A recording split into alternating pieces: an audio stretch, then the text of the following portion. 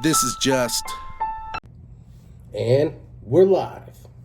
Hey guys, we're your hosts of the Coffee and Cold Ones podcast. I'm HD and this is Team Jonathan's. This is a podcast where we have conversations over coffee and cold ones with an emphasis on mental health and counselor content. So what is our conversation about today, Team All right. Jonathan? So today, we're going to talk about a subject that I think, for those of you who may be coming into the counseling profession, or maybe you're starting your master's degree program, or even bachelor's level training, the field of counseling and therapy, you're going to have a mentor, you're going to have a supervisor at some point. And so the topic of today is we're going to talk about toxic mentors. Because you have different levels of supervision, in the therapist. So when you're working on your internship or practicum, you're going to have a supervisor. But you also have your professor. So it's different. You have two levels of supervision there. Well, there's a difference between a supervisor and a mentor. Right. So you get supervision, but then you have another level of mentorship that is a different type of relationship. It's a different type of guidance, I guess, that you get from that person. And your supervisor might be a mentor and they might not be. Or your professor might be a mentor or they may not be. But the tough part, I think, you can share from your experience, but when I came into the program is, I already kind of knew people. So I already had, before I got out of my bachelor's, I already had some mentors in the mental health field. Right. And for me, I was starting new in the master's program in 2016. And so I was really having to find people that I was meeting within that program. And then I think sometimes we cling to people or cling to sites or opportunities that may not be the best for us. But that's all we know. That's all we have. And you have to just kind of go with whatever experience you have at that time. Right. Which can lead to some toxic situations when you don't really know they're toxic. You don't know what to look for. You don't have anything to guide your search in that person to help you. Right. And it's also, I think it's kind of like, if you think about like dating relationships, for example, maybe if one of the individuals is, we'll say, significantly older than the other, right? It can sometimes create almost like a perception of, okay, because you're older, you know more, right? Or like in this case, it's okay, you're a mentor, you've been doing this longer, you know more. So I'm really, whether I'm consciously aware of it or not, I'm sitting in the vulnerable position because it's like, okay, I'm clinging to you for my career and all the things that go in between. Because when you're becoming a therapist, those first couple sessions or even after a year or two, it can be depending on the populations you're working with, it can be really challenging. I know both me and you started in the jail system and, you're getting very complex cases. Whereas maybe in a private practice setting, maybe yes, maybe no, but in the jail for sure. But it's okay, I'm looking to a mentor, but I'm in the vulnerable position because I'm trying to learn. But that also creates a power dynamic where they're sitting in that position of authority. And they kind of have control over what you do learn and what experience you do have. Because if you are in a private practice, let's say your supervisor is probably not going to give you the most complex cases on purpose. They kind of filter that for you. But when you're in the jail system, your population is pretty much all the same. And so you are exposed to, yes, different types of clients, but they all kind of have the same foundation. Right.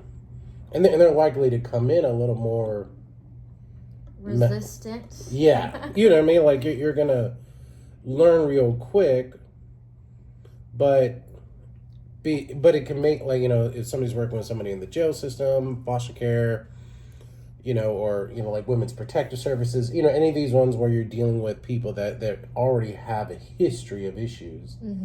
So you're getting maybe more complex diagnoses. Maybe they have complex trauma or, chronic trauma or whatever. I'm going to probably lean on that mentor even more. And or maybe even other mentors. So maybe if my supervisor is my mentor, maybe I also have other mentors, or I may become desperate for that. Yeah. Well, and especially when you're starting out and you don't really know many people in the field and you don't know right from wrong within the circumstances that you're dealing with. So you may be clinging on to everything that person is saying, regardless of how much of it is not fact. Like, it may just be they're just feeding you whatever, and it's not good advice. It's not good information.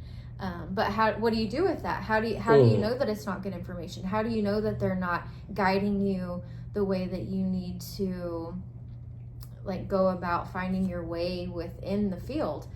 How do you know that? How do you know if it's good information? I know for myself, you've known me for years. Like, I'm naturally very skeptical of a lot of people. I don't trust very easy. However, it's tough in this field because while I may be skeptical, in that mentoring role, I'm going to need some information to know. I'm going to need to see some inconsistency. Like, so even if I'm skeptical, it may not be enough for me to, like, really assess, okay, is this person toxic? Is this person a liar? Or is this person honest? And like we were talking about earlier, a mentor, I think both of us shared, that person. It wasn't until I saw how other people perceive this person. Which sometimes, like, when you're working a job, people could dislike you just to dislike you, or they could dislike you. Well, there's personality differences. I mean, not everybody's going to get along. Not everybody is going to like you for their own reasons. But when there's enough people that all have the same experience, that's when it's a little bit of a red flag. Right. Of, do I continue to trust this person and follow the lead of everything that they're saying to me? Because I'm clinging on to everything that they're telling me like it's law, like it's fact. But how much of it is going to actually help me or hurt me? So how do you determine what information is useful? Exactly. And I think that's tough to tell because, like, I know, like, in our position, my supervisor was a mentor to me, but there were also other people I had mentorships with too that were separated enough, right? And it's tough to judge of what to do because it's, well, if I'm working with this person or I'm working at the same organization as them, they're also my mentor because we work at the same place, And in my experience, it was actually multiple jobs. We both had that role. And it's hard to judge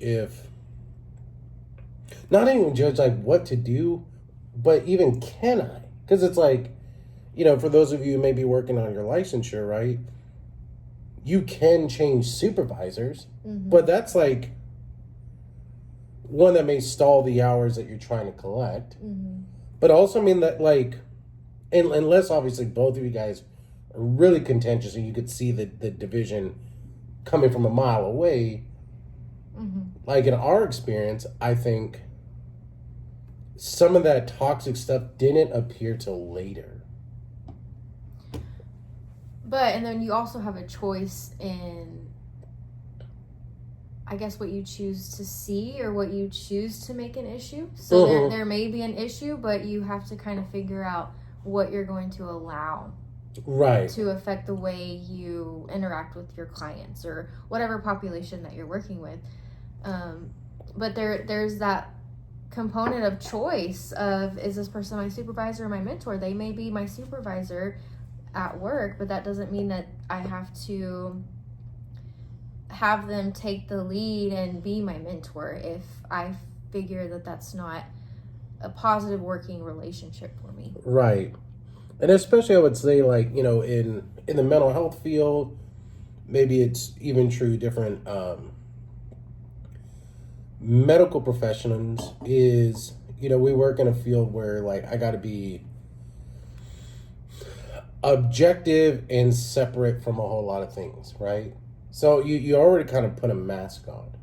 So if I'm in a mentor role or a supervisory role, Mm-hmm. I am already potentially putting on a mask. What's behind that mask, you as the supervisee Yeah. or the mentee, you don't know what's behind that mask, because even though like I'm a therapist, I also have my personal life. Mm-hmm. You know what I mean? Even though they're a mentor, they have their personal life, good, bad, and in between. But depending on what that is, I could be dealing with someone who's got a mask who's very manipulative. Mm-hmm. And sometimes that can be hard to spot. So just having just knowing that going into whatever supervisor mentor relationship, just kind of knowing that people are people and people are going to have their flaws, and no matter what, even if it is bad, the outcome can always be valuable because you're always going to learn something from it. So even if it was a bad situation or bad advice, you can still choose to take that and make it your benefit. I mean, whatever benefit that you can see, like a positive outcome from it. Right. And I would say like from our experiences with some of the mentors we've had is good, bad, and in between, and like even ones from jobs, is I think it's made me, I'm already skeptical, but it also helped me to raise expectations of a mentor. Mm-hmm. But also made me aware of certain people take a whole lot longer to show their colors. Mm-hmm. But that's good because I can pass that on, because like me having worked with students over the years, is I can pass that on to other aspiring or counselors or therapists, you know what I mean? Because it's like, I know now how dishonest some people can be in the field. Mm-hmm. And I know how toxic people can be. In general, just Mm-hmm. in general, yeah. Because you don't think like in a field where you should be helping people that it would garner or bring personalities like that. Mm-hmm. But like, I've worked with, I knew therapists who did like insurance fraud. Mm-hmm. Which, I think you're looking at character flaws at that point. So no matter what, you're going to have people that they're going to have their faults, but that's why we have to be careful not to hold people to these unrealistic standards. Like, they're still a person. People still, have their shortcomings. But I think, this person is in this position. They have all this experience, so I'm going to hold them to this really high standard. And then I get disappointed when they're human, when I find out that they've done something not up to whatever expectations that I set for them, which can be damaging because it's an unrealistic expectation that you've set on this person. And so just kind of taking it in that people might disappoint you, but how can you make that a positive, and how can you use that to make better decisions on your career and your future of who you choose to guide you and lead you. Right. And I think it's important to know, just like in a bad relationship, right? Mm-hmm. I think it's important to know when you're trapped, or even before you're trapped. You know what I mean? Like, ideally before you're trapped. Right. You don't want to be in a position where that person has something over you to where you can't get out of it. You can't even make it positive. There's absolutely nothing you can even learn from it at this point. Right. You are just caught in whatever scheme that they've created. And I think the tough part, like in this field, is that it's hard. Like, I know what I know now from experience, but I also know other people, I've heard things that, like, because when you're doing supervision, right, you have to pay that person, right? I have learned from some people, like, that supervisee is a mentor to them, the supervisor is a mentor to them, but where they're charging them for supervision is a ton. Mm-hmm. And not that, I mean, obviously you could set your rates, but like some of that I think almost reaches unethical. But like if you don't know, when you're going through your master's program, right, you're not thinking about, okay, I'm going to be paying a supervisor at some point. And you don't know what that's going to cost. But that could be where I end up in the trap of like, okay, I'm paying this person a ton. Well, because you're thinking about it for the immediate benefit of, I just need a supervisor. I just need somebody to be signing off on these hours. You're not really even thinking into the future of, like, what can this person truly offer me? Right. And that's where I think something you guys, what you can do is, when you're prepping for that part of your career development, or even if you're looking to change supervisors, or even just you need a mentor. I mean, because obviously for ethical decision-making models, you want to have a good amount of mentors anyways, but is looking at the people around them. Like if a lot of people turn to this person, either A, they're a dang good liar, or B, they are worth their salt. You know what I mean?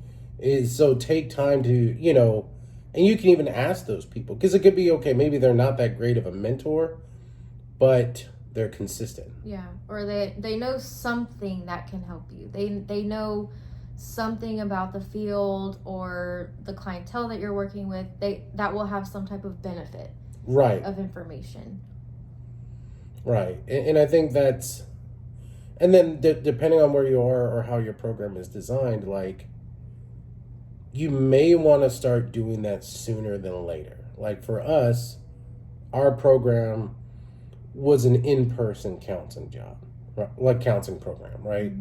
Whereas there are some people who are in fully online programs where my professors may be here, I may be here, but you're going to need a local mentor, local supervisor. And I think it depends on your program too, because I think sometimes there can just be very quick turnaround of, oh, you have to have a supervisor, you have to have a site by this day, and you haven't really had time to consider your options. And so you're just going with an option, and it may not be the best option. It may not be really what you wanted.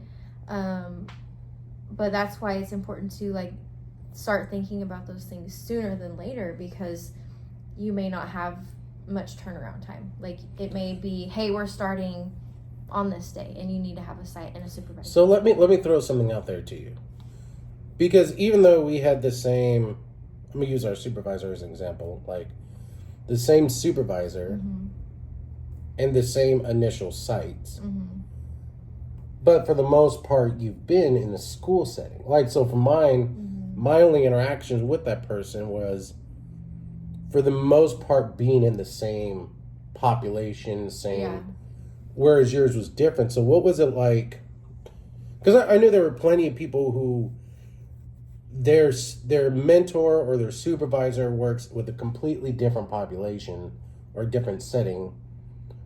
And so for me, I never got the idea of like, okay, what would it be like had I been in a private practice setting, or if I was working with a medical group, or if I, you know what I mean, like something different than, you know what I mean? Because like part of like when you're looking at a mentor or a supervisor, it's going to be their training or experience. But what was it like dealing with someone when the majority of your time was in a different setting than where that person worked? I think, like, for me, like, I was a teacher at the time, out of school, and I felt like it was similar enough. I mean, of course, there were differences. Like, the age range was different. Some of the issues were different. But I never felt uncomfortable. Like, I still felt like that was my area. Like, that was just my... I do wish I would have maybe had some other experiences. Like I kind of wish I would have maybe branched out a little bit, but I was told to stay with the same site for internship 1 and 2. Right. Which, I mean, there's reasons to that, and it makes sense and logistically, and when you're building rapport with clients and you're in a specific setting, like it makes sense. But there's also the downside of not getting to experience different things. Like, right. Well, and I agree with that, because I think, like, I'm glad I did what I did. Like, I'm right. not, like, I don't regret it. I'm not talking bad about that decision. But looking back, I mean, I only ever really worked with kids in a school and kids in jail. I mean, right. like, that's all I've done.